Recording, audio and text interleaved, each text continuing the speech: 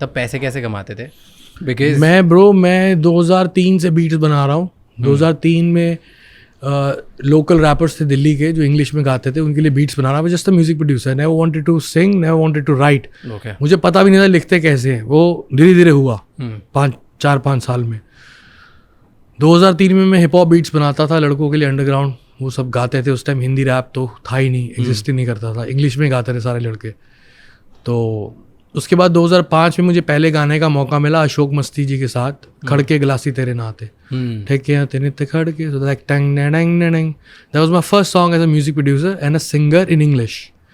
तो वो BBC world charts पे नंबर 1 चला गया था, मुझे अवार्ड मिला उसके लिए, लेकिन मेरे पास काम नहीं था क्योंकि वो एक हिप हॉप बीट चली और किसी को और हिप हॉप बीट्स नहीं चाहिए थी। बॉलीवुड में कुछ और चल रहा था, इश्क दी गली विच no entry, no no no no no no no no no no, ये सब चल रहा था। उनको हिप हॉप का पता ही नहीं था कि हिप हॉप क्या है और क्या आएगा और कैसे आएगा और कौन लाएगा और क्या होना है। तो वो सीन था नहीं। बॉम्बे में काम नहीं मिल रहा था, दिल्ली में मैं रहता था, दिल्ली में कोई इंडस्ट्री नहीं है, एक ही रीजनल इंडस्ट्री थी जो थी पंजाब की। पंजाब में चल रहा था ढोल, हर गाने में ढोल बजता था। मेरे को तो यारों दोस्तों ने बोला पंजाब शिफ्ट हो जाओ, वहाँ पे तेरे को काम मिलेगा, वहाँ पैसे मिलेंगे। 2 साल मैंने कहा नहीं, मैं नहीं करूँगा। मेरा दोस्त है मधुकांत, तो उसने 2 साल मेरे को खाने का, कपड़ा पहनने का, गाड़ी में तेल डलवाने का, CNG गैस होती थी गाड़ी में, तो CNG डलवाने का पैसा सब उसने दिया। और वो मेरे को समझाता रहा रोज़ कि तू पंजाब जा और वहाँ पे काम कर। मैं भाई मैं ढोल नहीं बजाऊँगा, हम hip hop urban producer, I want to be international. इसे नहीं, तेरे को पैसा तो कमाना है ना, पिताजी कह रहे हैं पैसा कुछ करना है। Then I shifted to Punjab in 2007। Okay. Then I did my first album by the name of rebirth for a singer called late Raj Brar, जो भी इस दुनिया में नहीं है। वो एल्बम पंजाब, कनाडा और UK में सुपर हिट हो गई। फिर मेरे पास काम आना शुरू हो गया, अलग अलग सिंगर आने लग गए। Diljit came to me for a music production and everybody. So उसकी एल्बम बनाई मैंने दिलजीत की as a music producer, rap भी किया उसमें मैंने पंजाबी में उस वक्त में। बहुत सारे सिंगर आने शुरू हो गए।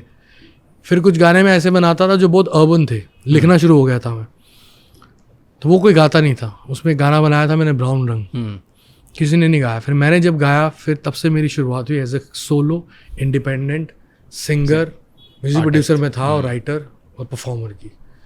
तब से फिर दुकान चल पड़ी। तो तब वो एक ही एवेन्यू था पैसे कमाने का? हाँ, वो एक ही, बस वही था। और अब कितने एवेन्यू से पैसे कमाने का? अब ऊपर वाले की मेहर है, हर तरफ से आ रहा है। But give me an idea of कि कहाँ से एक आर्टिस्ट कैसे पैसे कमाता है? सिर्फ आर्टिस्ट नहीं, मेरे पिताजी ये कहते हैं कि जो आप काम कर रहे हो, जो आपकी मेन दुकान है, उसी को रोज़ खोल के धूप अगरबत्ती करनी है, उसी से पैसा कमाना है। उससे पैसा बचा के कोई छोटी दुकान खोलिए तो उस दुकान पे जाके नहीं बैठना। उससे पैसा कमा के कोई बड़ी दुकान खोलिए तो उस दुकान पे जाके नहीं बैठना, उसी दुकान पे बैठना है जिसने बाकी दुकानें दी हैं। तो मेरा prime focus is music and entertainment. मैं सारा पैसा यहीं से कमाता हूँ, मेरा फोकस भी यहीं है। बाकी कुछ इन्वेस्टमेंट्स हैं बिजनेसेस में, वो सब चलती रहती हैं, वो इतना इंपॉर्टेंट नहीं है। दैट्स जस्ट लाइक कि ग्रो हो रहा है, चलो हाँ सब कुछ ग्रो हो रहा है। But definitely I want next year probably I gonna start as a producer for films, और उस पर काफ़ी काम चल रहा है। Okay, tell me Punjab, let's go back to the Punjab days, right? That's where your journey started. Oh man, amazing. Her school का बच्चा उल्टे सीधे गाने गा रहा था.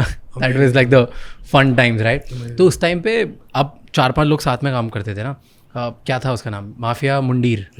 तो वो क्या था? What was it? ऐसा कुछ नहीं, 4-5 लोग बिल्कुल कभी भी साथ में नहीं काम किए। और माफिया मुंडीर पंजाब से शुरू हुई, और उसमें कौन लोग थे, था क्या वो, like what was it? एक प्लेटफॉर्म बनाया था मैंने, कोई बैंड नहीं बनाया था। ओके। माफिया मुंडीर में जो बाकी लड़के जुड़े वो सब दिल्ली से जुड़े, पंजाब से नहीं जुड़े। पंजाब से जुड़े अल्फाज, एक जे स्टार लड़का होता था, एक मनी हौजला लड़का होता था, एक लड़का था निंजा, जो आज भी निंजा के नाम से बहुत मशहूर सिंगर है। और ये लोग सब आर्टिस्ट थे। एक मुंडीर का मतलब होता है bunch of boys, not gangsters, not gangs, bunch of boys Mundeer.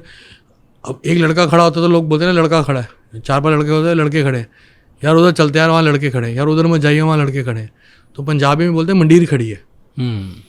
तो mafia is a ideology I believe from so many years. Okay. Because बहुत एक डिसिप्लिन्ड तरीके से वो लोग, बहुत मूवीज़ देखी उनसे इंस्पायर हुआ और पढ़ा, ये वो डॉक्यूमेंट्रीज देखी तो इंस्पायर हुआ। मैं गैंग्स में बिलीव नहीं करता हूँ, लेकिन मैं माफिया में बिलीव करता हूँ. Tell me difference. It's a huge difference. Gangsters, they kill on streets. They fight on streets. They make gang on streets. Mafia, they sit on table with suit. They control them. They control gangsters. They control the streets while sitting at home at a dinner table, while cooking, while sitting in the office. It's organized.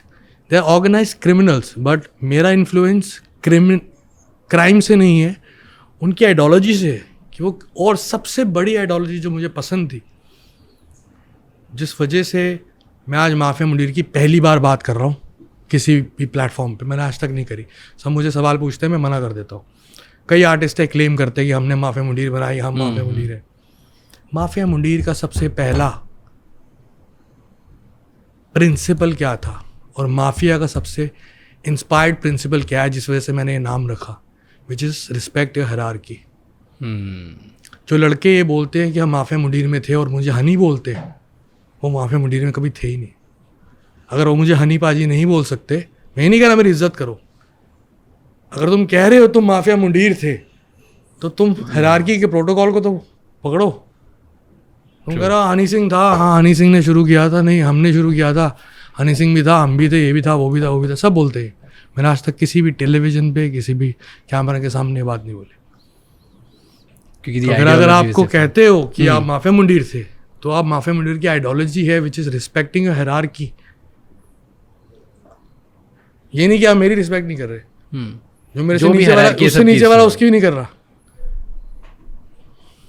Interesting. सो ये first principle था, तो उसके base पे you made a platform. I just made a platform so everybody should come, this sing for entertainment but in a mafia style. Respect the hierarchy. What you make you share. What do you make you share? कौन सी movie से ऐसा idea आया था? Just want to know. बहुत Godfather type ये सब. Godfather तो बहुत बकवास मूवी लगती है मुझे. Okay. मुझे Scarface बहुत पसंद है. Okay. बहुत ही ज़्यादा. और एक मूवी थी कार्लिटोस वे, which was not a mafia movie, it's a gangster movie. But उसमें भी अगर आप देखेंगे कि अल पचिनो का जो कैरेक्टर है, जो कार्लितो प्ले किया है उसने, वो गैंगस्टर होने के बावजूद वो बहुत माफिया है. He's in the streets, but even though his everything is so mafia. So अगर वो बड़ी कुर्सी पे बैठा होता तो वो कार्लिटोस की जगह बहुत बड़ा माफिया होता. बॉलीवुड में कोई पसंद है माफिया मूवी? बॉलीवुड में माफिया मूवी मेरे हिसाब से हिंदुस्तान के करियर में सिर्फ एक बनी है, वो है मकबूल. उस जैसा सिनेमा 2003 में आई थी, विशाल भारद्वाज जी ने बनाई थी. उस जैसा सिनेमा हिंदुस्तान में शोले के बाद बना तो वो बना. मुझे एक चीज़ बताओ, रिसेंटली अभी ये बहुत फेमस हो गया है कि पंजाब में या हरियाणा में या नॉर्थ साइड में, स्पेसिफिकली नॉर्थ रीजन में, अगर आप आर्टिस्ट बहुत बड़े बन जाते हो या कुछ भी होते हो, so people start threatening you. मतलब आपको ऐसा होता है कि डेथ थ्रेट आते हैं, या ऐसा होता है कि हमसे कॉपरेट करो, डोनेशन दो, नहीं तो वो नहीं करे. तो ये रियल होता है कि इट्स, पता नहीं, इस बारे में मेरे को ज़्यादा नॉलेज है नहीं, लेकिन ये सिर्फ नॉर्थ के अंदर नहीं है. हाँ, इट वर्ल्ड वाइड. बॉम्बे में कितने कॉन्ट्रैक्ट किलिंग्स हुई हैं 90s में, यू नो इट.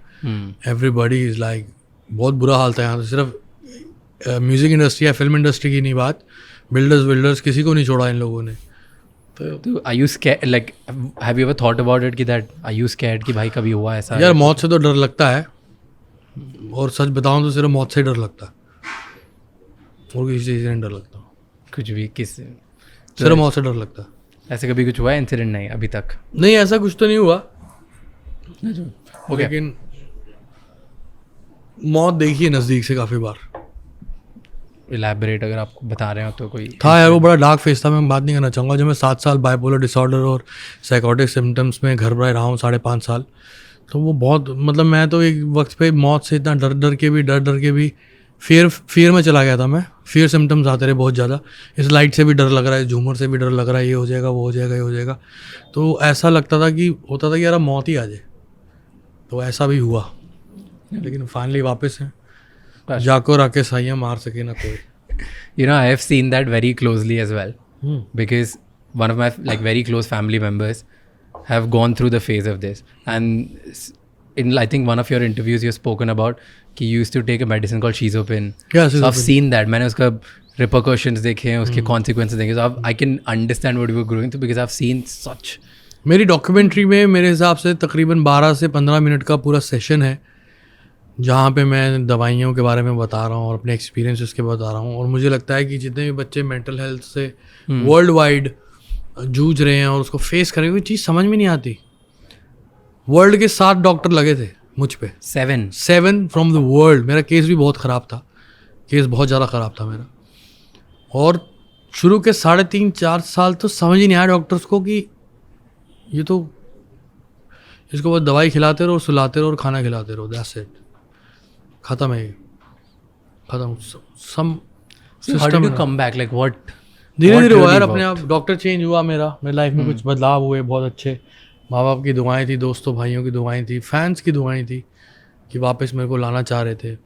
धीरे धीरे ठीक हो रहा था। धीरे धीरे ठीक होने के बावजूद बीच बीच में कुछ गाने बना रहा था। मैंने बीमारी में गाना बनाया, धीरे धीरे से मेरी ज़िंदगी में आना रीमेक।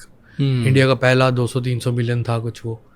और फिर दिल चोरी साडा हो गया, की करिए, कार्तिक आर्यन की फिल्म में आया था।